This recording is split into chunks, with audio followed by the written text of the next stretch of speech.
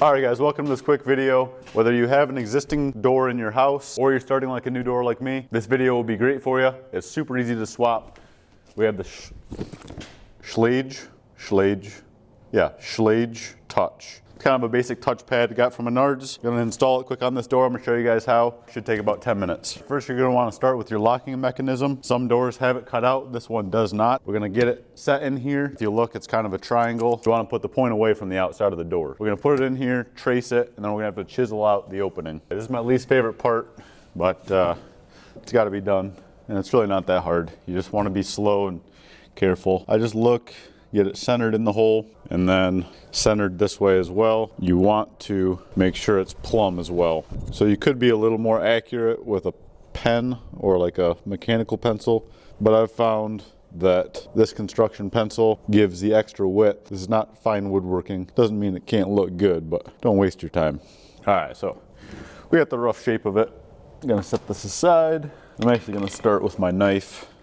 Got a fresh blade. This wood splinters super easy. I think it's just a cheap pine. I'm just gonna cut along my mark here. If you have an existing door, you don't have to do this step because somebody should have already done it. And hopefully they did a neat job. I've seen guys use routers as well. That would work great. I just do not have the right bit. So we're doing it the old fashioned way. It's super nice. Today's gonna be, I think, almost 50 in February. So I'm just taking little slivers off, nice and slow. I'm not there yet. I will test fit it as I go, so it's perfectly flush, but I'm just getting most of the material off. This is not a very sharp chisel. This is my pouch chisel, and it gets quite abused. This is not a calibrated woodworking chisel that's nice and sharp. It is good enough.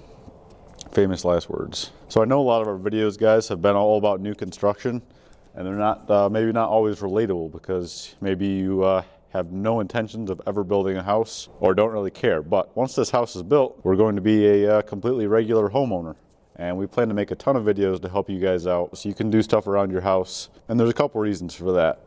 I would say first and foremost, it's not necessarily about the money. I mean, certainly knowing how to do stuff yourself is great financially, but it's a pride thing. There's a satisfaction in doing things yourself and not relying on people. There's certain things where you don't want to be stupid. The gas guys are here installing the natural gas line. I not only couldn't do that myself, but it's quite dangerous if something goes wrong. You just have to take a risk on something like this. You mess up, there's wood filler, there's buying a new door, there's a ton of options. And it might not be perfect, but guess what? You will look back at that door with appreciation knowing the work it took you to do this small little step.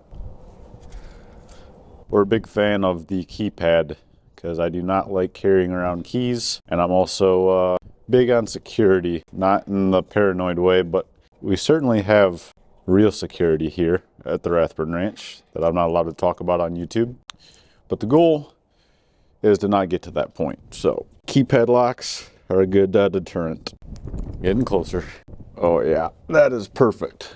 So it's totally flush. I'm just gonna clean this up, get all the burrs out, and then we will start the install. All right, so this is the first step, getting this in. Again, if you already had a door where this was done, you would just set it right in place. Then you need to figure out your inside and your outside. Obviously, this is the inside because there's no keys, and this is where the battery goes. Oh, I'm gonna have to get a small screwdriver.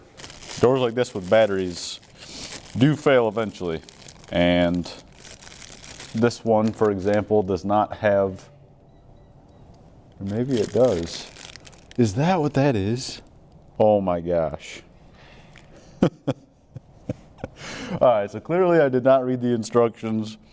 On our barn, we had this exact one, and I always was confused what these were. I thought they were just like, I don't know, architectural buttons. I had no clue. I hated them because it was just ugly. But this was a 9-volt battery backup. So if this dies, you take a 9-volt battery and you hold it on here and it will power the door. Our last one on the barn died because I ignored the low battery sign, and I just I went through a lot of trouble to get in the barn,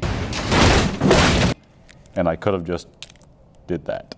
All right, so read the instructions if you want the exact step, but really you're just feeding this outside. I don't know if you can see through the hole, and be careful not to drop this. You don't want to scuff this matte black finish scuffs quite easy if you drop it, so be careful. It's not going to be perfectly tight, but once you install the screws, it will really suck tight to the door. So put the battery in, connected this little wire to power the outside, and you gotta definitely hold the outside, and you'll feel it if you miss, but it definitely hit the right spot. So you want to make sure these plates are plumb. So you don't want to strip this, but you do want to get this tight so water doesn't just flow behind here. There we go. Gonna tuck the battery up and nice, get this plate put back on. These go on depending on which way your door is. Obviously you want the handle facing in from this part. So it just slides on, and if it's wrong, there's a little keyway here, and it comes with a key, and you can easily detach it. So should just push on like that, give it a little test. Got a good operation. Get it close to closed and just make sure that you are within the opening that's on the jamb. This is soft pine, so you can quite easily put these in by hand. Just gonna double check that we're close, and that would be good, but you need this called the striker plate. This is what receives this and gives it its strength. So this is cut perfectly, and it comes with 2 screws. I could put these in, but I want you to think about it. If I'm a bad guy, how easily I could kick through this door if this is the only thing stopping me. Could use this screw, or we could use this screw. These are 3-inch number 10 structural screws. Again, test your door and make sure this works before you screw this. I already did, and it's exactly centered, and this is perfectly routed out. So I trust this, but this can be adjusted. If you need to move it up or down, you can easily chisel out this hole, chisel out this jamb just like we did the door, and move this up or down to get your latch perfectly centered in this opening.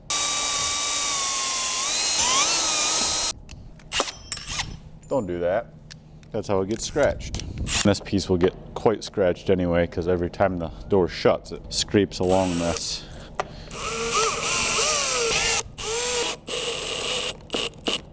On the back of the instruction page here, it goes through all the instructions on how to program the door. I'm not going to show you guys this because I don't want you to know my password. I can tell you it's not 1, 2, 3, 4. Very simple, looks like 6 steps. Type in the user code that comes with the door. It's going to be different for every single door. And then you can type your own. We'll get this programmed and make sure it works. Alrighty guys, that's a wrap. Pretty simple, opens and closes like a dream. Got my custom code programmed in. Thank you guys so much for watching. If you guys like this, check out the rest of the channel. We have tons of videos, and we will see you on the next video.